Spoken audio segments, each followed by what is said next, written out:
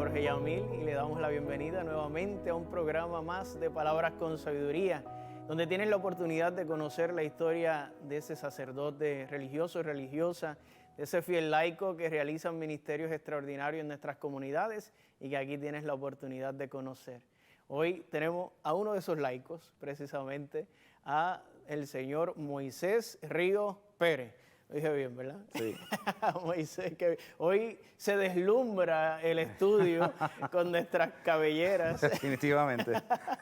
Qué bien, qué bueno. Bendición, Padre. Gracias por tenerme. Te Gracias. bendiga, ¿no? Gracias a ti Gracias por la invitación. responder a la invitación. Qué Amén, bueno. amén. Natural de San Sebastián del Pepino. San Sebastián. Nací en Estados Unidos. Okay. Sí, nací en Estados Unidos y cuando teniendo 11 años nos mudamos para Puerto Rico y entonces pues ya mi historia de vida cambió por completo al llegar a Puerto Rico. Y entonces, pues, desde los 11 años vivo en San Sebastián. Ahí estamos. ¿Viniste con tus papás ahí? Sí, mi papá y mi mamá se cansaron del frío. Hacía mucho frío. ¿En qué estado estaban? Estábamos en Ellenville, New York, en Nueva York. Ajá. Y entonces, pues, de estar, como yo digo, en una situación económica bien acomodada, llegamos a un campo a pasar necesidades, a vivir situaciones que yo no me imaginaba, solamente las veía en películas, hasta que me tocó vivirlas, ¿verdad? Pero nada, el Señor nos ha sostenido y estamos aquí, gracias a Dios. Ahí ellos se establecen, empiezan a trabajar. Cuando llegamos, pues fue bien difícil conseguir empleo a los dos. Y entonces ellos se mantuvieron con lo que se llama el profit sharing, que es algo que le da, ¿verdad?, los trabajos allá por los años que trabajaron, pero una vez se la acabó, pues que es como una colecta. Es como una colecta apenas de un año, a cada uno. Y entonces, pues ahí mi papá consiguió trabajo en el municipio de San Sebastián, que todavía trabaja ahí. Mira. Él tiene 72 años y todavía está trabajando. Sí, mi mamá después consiguió trabajo en una fábrica. Mi mamá ya hace 26 años que falleció. Así que ya hace 26 años que ya no está con nosotros, pero ella trabajó en la fábrica y entre esos dos salarios, pues, a mis dos hermanas y a mí, pues nos levantaron y estamos bien, gracias a Dios. Pero fueron momentos muy difíciles. Wow, sí, la precariedad ahí, establecerse. Sí, y a acostumbrarnos al idioma, yo no sabía. Sí, adolescentes ya que yo vengo americanizado, de la inglés, ciudad de Nueva York. Exactamente, entonces llego acá a un campo a tener que estudiar en español, a tratar de comenzar a aprender a leer en español. Yo no sabía leer en español, no sabía hablar en español, nada. Así que pues fueron momentos muy difíciles, pero el Señor tiene un propósito para con todo. Definitivo. Sí, eso es así. ¿Y ahí se establecen y comienzan la vida un poco parroquial y demás? Pues fíjate, tengo que decir que en Estados Unidos mi mamá y mi papá eran cursillistas, presidentes de cursillo, y yo era monaguillo. Pero cuando llegamos a Puerto Rico, pues todo cambió. Y mi papá se sale ya no continúan en la iglesia, mi mamá pues no tenía transportación. Y entonces yo soy el que entro de completo y de lleno en la iglesia por medio de la Renovación Carismática Católica, que tuvo una hermosa experiencia cuando tenía 12 años. Y ahí comencé a tocar guitarra, a cantar en el Ministerio de Música, a predicar, a cantar y a estar en los retiros, las dinámicas.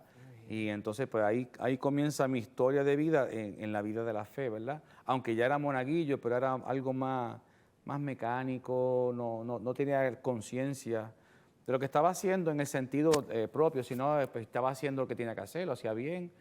Pero no era de cultivar el espíritu como tal. Era exactamente. Sí, como dices, algo un poco ya más técnico, mecánico, con todo lo que significa ser servidores del altar. Así mismo es. Entonces, pues ahí comienza, ya nosotros llegamos a Puerto Rico en el 85, 1985. Un buen año. Sí. Yo estaba naciendo. Qué providencial. Qué bien. Sí, y ya en el 86 entro en la renovación, todavía pertenezco a la renovación. Adolescente, o sea, tendría 13 añitos. Yo tenía, de hecho, 12 años. 12 años. 12 años, ya 12 años cuando comencé en la renovación y continúo, ¿verdad? Porque esa es mi espiritualidad dentro de la iglesia. Pues he abrazado esa espiritualidad y de verdad que para mí ha sido una bendición. Soy cursillista también, he participado de Juan 23, estuve en la Legión de María, pero mi El como dicen en carisma que inglés, mi core, ¿verdad? Mi centro sí, pues, sí. espiritual es la Renovación Carismática Católica. Qué bien. Sí, ahí trabajamos y ahí servimos. Ahí te desarrollas y decides ir a estudiar y formarte por trabajador social. Pues ¿O cómo se yo, da eso? cuando yo llego de Estados Unidos, como les te contaba, pues yo vengo sin saber español ni nada de español. Apenas lo hablaba y lo hablaba muy mal, muy mal. Todavía tengo que, ¿cómo se llama eso? Educarme yo mismo a decir, no se dice con L, es con R. No se dice ja, es con... Yo creo que el 90% de los que nacemos como quiera aquí, aunque Y entonces, no lo sabemos hablar todavía. pues yo le cogí un poco de miedo a estudiar, porque yo no lo entendía. Yo llego ya para quinto grado, cuando ya todos los primeros años, que son los que te van formando y te van diciendo las cosas, pues yo no tenía ese background. Esa gramática básica y sintaxis. Exacto. Entonces, cuando yo me gradué de cuarto año, pues yo no sigo estudiando. Me fui a laborar, a trabajar, automáticamente. Entonces, ahí me fui a trabajar a la fábrica, ahí pues me enamoré de mi señora esposa. Doña Wanda. Doña Wanda. Como mi madre se llama Wanda. La mujer más bella del universo. Me enamoro de ella, nos casamos, tenemos hijos. Trabajábamos los dos en la misma fábrica hasta que la fábrica cerró. Y yo dije, wow, no tengo trabajo, no tengo estudio, ¿qué hago ahora? Y más los hijos. Y más tengo dos muchachos ya. Ahí me tomo la decisión de irme a estudiar. Y ahí ya con el casado, con hijos, trabajando en la iglesia, ya era coordinador de la Renovación Carismática Católica de la parroquia de San Sebastián. Le digo a mi esposa, pues me tengo que ir a estudiar porque si no, esto se va a poner aún más difícil. Y ahí tomo la decisión de trabajar, de estudiar. Primero comencé por programación de computadora, pero no me gustó, y entonces ahí brinqué entonces a trabajo social y ahí entonces ya caí. Entraste tú. Sí, caí en mi vocación de servidor, ¿verdad? No tan solamente en la fe, sino también en el servicio social. Como yo también trabajo en el deporte, en las artes marciales, pues yo siempre sacaba a los muchachos de la calle para darle... Yo decía, y siempre digo, a los jóvenes, hay jóvenes que tú no les llegas por la fe, pero les llegas por el deporte. Y entonces pues, a esos jóvenes por la cual yo no lograba entrar por la fe, pues los buscaba por el deporte. Y así que combinaba las dos cosas, porque aún en el deporte pues yo le hablaba de Dios, y entonces pues ellos iban descubriendo, mira, la iglesia no es algo aburrido. O sea, la iglesia, entonces pues, logré, ¿verdad?, atraer a muchos jóvenes a la iglesia y encaminarlo en la y vida. ayudarle a nivel social, disciplina, claro. Sí. a tener estructura de vida. Exactamente. Que por ahí empieza la fe, por ahí entra la fe también. Así mismo. Dando orden a la vida. Definitivamente. Y así como en las etapas de revelación, Dios se revela primero por lo natural, pues es que por lo natural pues, uno puede cautivar a los jóvenes por medio del físico, de la educación física, de la naturaleza, de la disciplina, del orden, y ellos van encontrando entonces, ¿verdad?, un norte.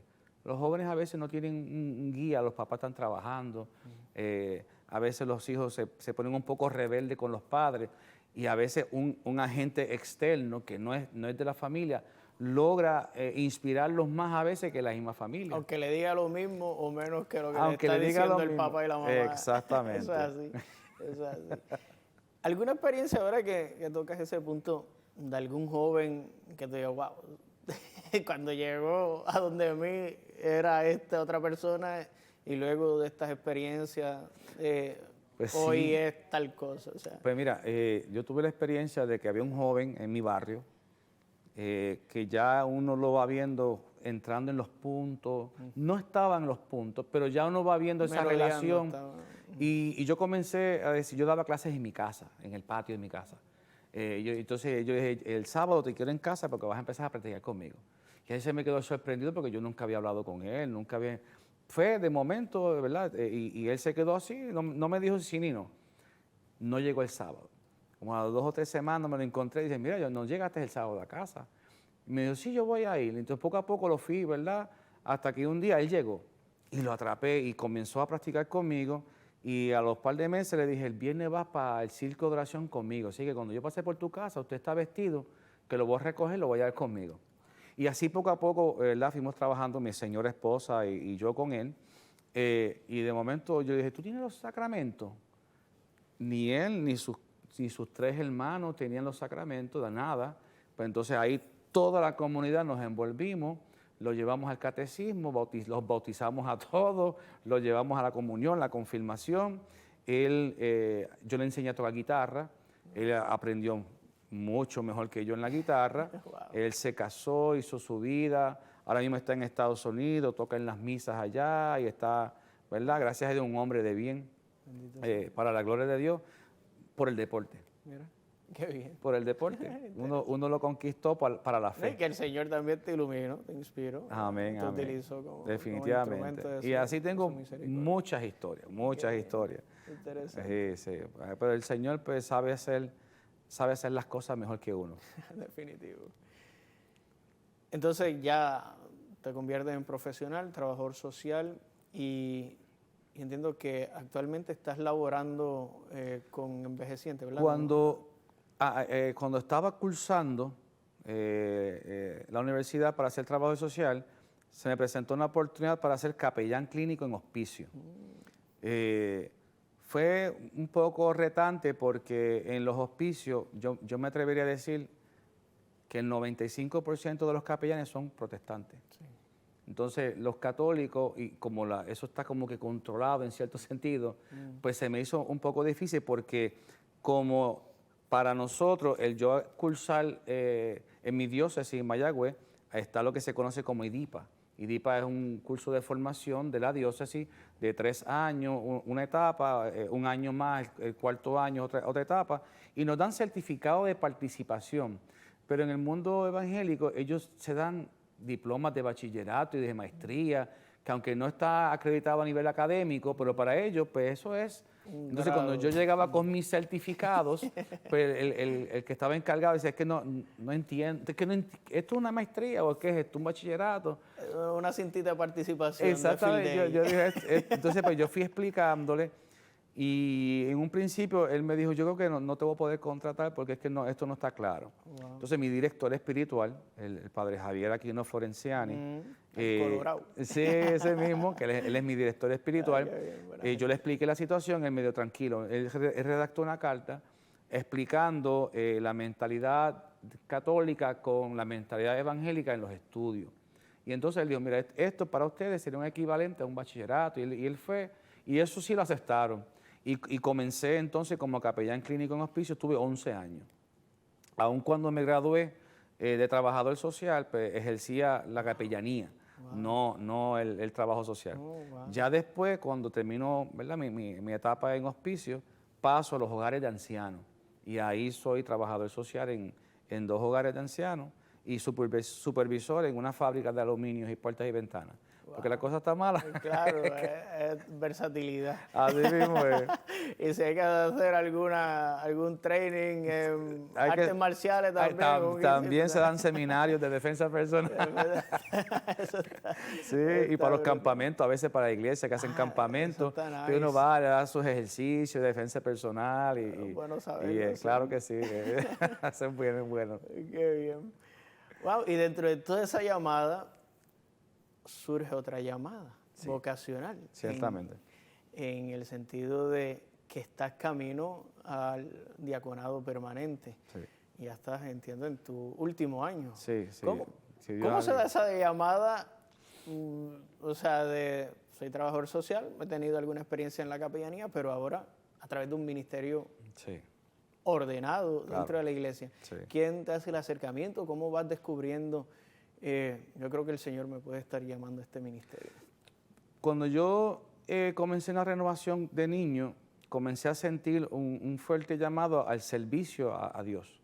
Así que yo comencé a explorar mi vocación a los 14 años. Ya a los 13, 14 años yo estaba en el seminario pasionista que había en Lares. En Lares había un seminario pasionista y entonces pues, me quedaba cerca de mi casa y mi parroquia en aquel momento era pasionista. Así que pues ese fin, ¿verdad?, esa afinidad, yo comencé a explorar, pero aunque sentía ese llamado, pero no sentía que esa era mi vocación, pero yo sentía que yo tenía alguna vocación. En el 1993 participé de una convivencia juvenil en Santa Bernardita con el padre Willy Peña y él invitó a predicar a un diácono permanente. Y ese diácono permanente comenzó a predicar, y yo pensaba que era un sacerdote, hasta que él dijo, yo soy padre, pero yo soy padre de 2 o 3 hijos. Entonces él siguió hablando y entonces yo no lo entendía. Me acerqué a él, me habla del diaconado permanente y yo dije, a eso es que el Señor me está llamando. En el 1993. Wow. ¿Qué pasa? Que cuando llegó a la diócesis, pues yo era joven, yo no estaba casado, y yo fui buscando el diaconado permanente, y el obispo Ulises Casiano, que en paz descanse, me dijo, no, para eso o te tienes que ser sacerdote porque tú no estás casado, o tienes que esperar. Así que lo dejé cocinando, ¿verdad? A fuego lento, el llamado, hasta que un día mi director espiritual, en una dirección espiritual, me dijo, ¿cómo te van en las clases de diaconado? Y yo digo, no, si yo no estoy, porque ya había comenzado un grupo, y él me dijo, ¿pero por qué no? Porque aunque él es mi director espiritual, él no es mi párroco. Yeah. Entonces, pues yo dije, pero el párroco no me lo ha pedido. Y él me dijo, no, eso es una vocación. Eso si tú sientes la vocación, tú te acercas a tu párroco y tú le dices tu inquietud. Y ciertamente así mismo fue. Me senté con mi párroco, que para colmo está de salida porque los pasionistas en ese momento se están yendo, están llegando los diocesanos. Y él me dice, pues yo voy a ver porque yo estoy saliendo. El párroco nuevo que entra, que por providencias de Dios es el Monseñor Ángel Luis Río, que en ese momento se pasa a ser mi párroco, que pasa después más adelante a ser nuestro obispo. Y cuando yo llegué, pues cuando él llegó, pues nos sentamos y me dijo, cuando abran el próximo grupo, pues te voy a recomendar. Y ciertamente así abrió el próximo grupo y ahí entré, y entonces él pasó a ser obispo y yo continúo en este camino hacia el diaconado permanente si el Señor así me concede la gracia. Qué bien. Sí. Y ya llevas 4 años. El curso académico como tal dura 5 años y medio. Y yo estoy ya cursando el último 5º año, para entonces en enero sería el medio que nos falta, y ya entonces, pasados los estudios, pues ya el proceso de la ordenación. Qué bien. ¿Cómo ha sido ese proceso? Pues en nuestra diócesis de Mayagüez no existía, aunque sí existían grupos formativos para el diaconado permanente, no existía una escuela diaconal. Yeah. El Monseñor Álvaro Corrada del Río, cuando él llega, él establece una escuela con currículo, con clases, exámenes, ensayos, bueno, todo lo que trae la academia, ¿verdad? Para llevar a alguien hacia un diaconado permanente. Y nosotros somos esa primera escuela diaconal. Así que somos el experimento. Somos el experimento, pero creo que el experimento ha salido muy bien, de verdad que sí. Me acompaña, o sea, somos 18 hermanos que estamos en ese proceso, santos varones de Dios, ¿verdad? Pero muchos no, como no estaban acostumbrados un poco a la academia, pues ha sido un poco difícil, pero de verdad que la experiencia ha sido hermosa. Ha sido hermosa. El Monseñor Ángel Luis, cuando entra como obispo, pues nos acoge, y de verdad que para mí ha sido un camino hermoso, ¿verdad que sí? Me lo he disfrutado al máximo. Y en ese proceso coincide que uno de tus hijos, eso hace.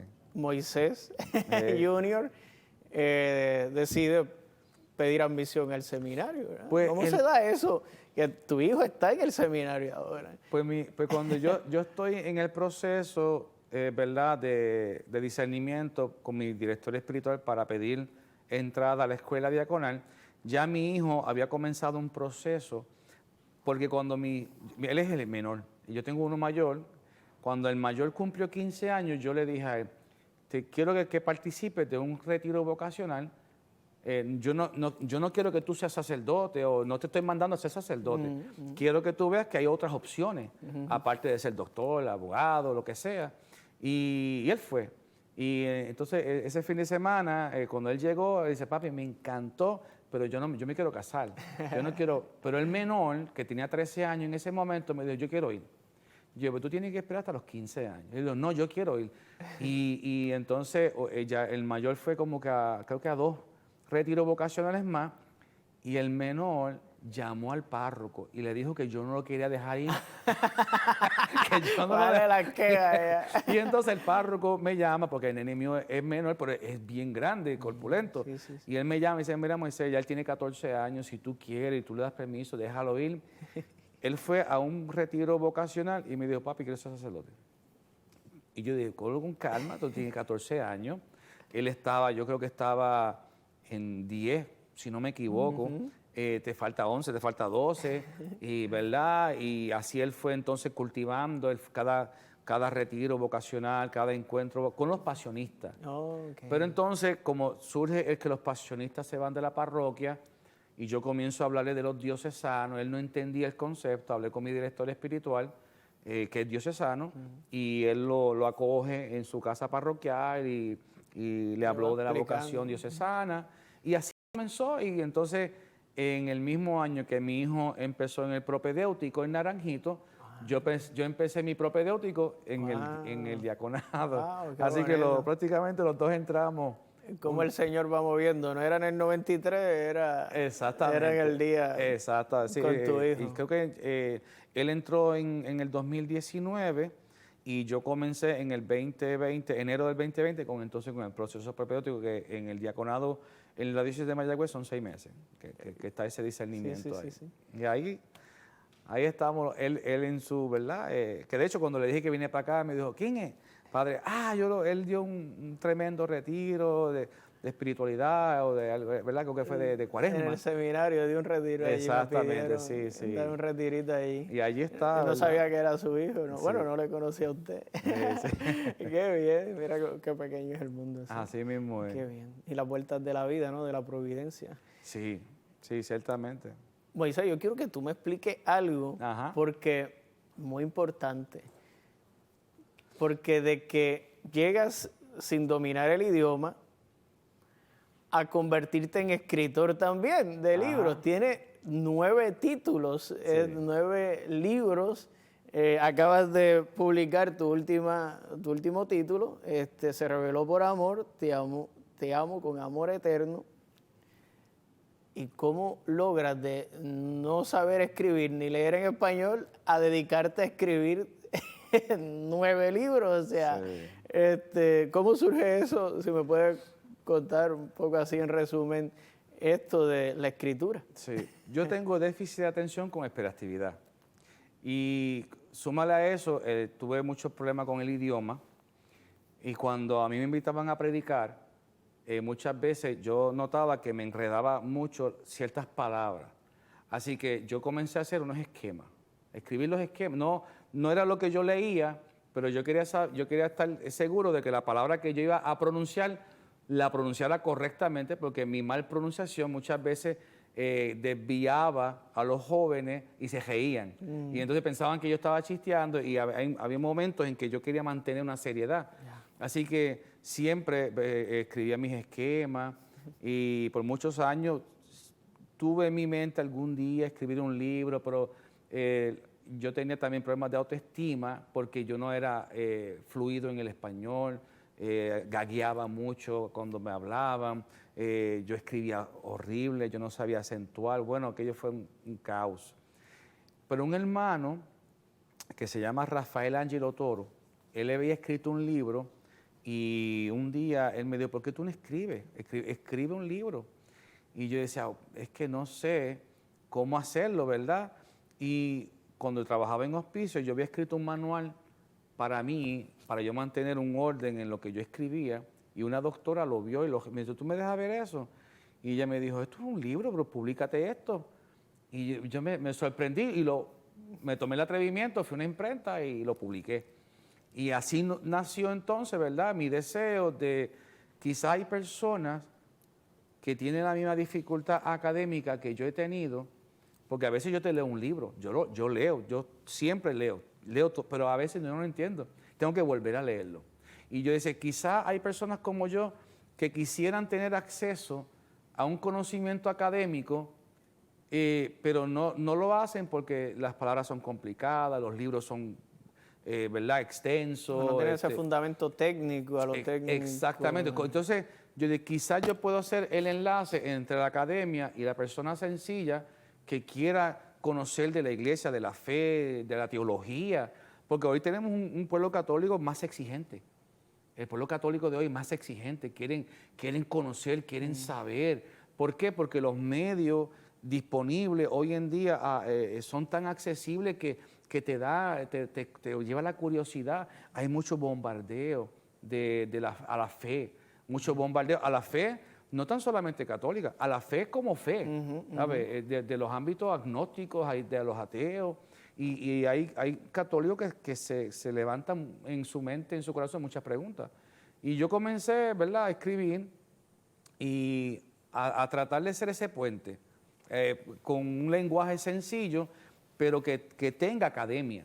Y creo, ¿verdad?, y lo digo para la gloria de Dios, tengo muchos sacerdotes que utilizan mi libro, lo leen, y así comencé poco a poco. Interesante, de no haber ido a la universidad en un principio, de no haber dominado la lengua, a esto. El Señor, ¿verdad?, que utiliza a uno cuando se deja utilizar. Amén. Del mejor modo. ¿Dónde pueden conseguir alguno de tus títulos? En la librería San Damián, de la hermana Madeline Gómez, en Dorado, esa librería, y en Amazon.com. Ahí están todos los libros están en Amazon.com. O se pueden comunicar conmigo, ¿verdad? Buscar Moisés Ríos. Moisés Ríos Pérez. Y ahí estamos a sus órdenes. Claro que sí. Es verdad que te agradecemos, Moisés. Vamos a encomendarte. Gracias. Vamos a encomendar a todos esos hermanos Amén. que están en este curso ya finalizando. Amén, gracias. Para que puedan ejercer un ministerio que tanta falta hace en nuestras comunidades. Amén. Que sobre todo podamos amar por medio de ese ministerio. Qué bien. Gracias, Padre. Bueno, hermanos, ha sido una alegría volver a encontrarnos. Saben que pueden seguirnos por todas las plataformas, al Canal 13, en Facebook, en Instagram, en YouTube. Ya hay varios de nuestros programas. Pueden visitarlos y si alguno se quedó o se lo perdió, ahí lo puede aprovechar. Y también pueden seguir las plataformas del Padre Jorge Yamil en las redes sociales de Facebook, en Instagram, en YouTube también. Esperamos poder encontrarnos en un próximo programa aquí, Palabras con Sabiduría, por el Canal 13 Teleoro, la plataforma con el mejor contenido de fe y cultura.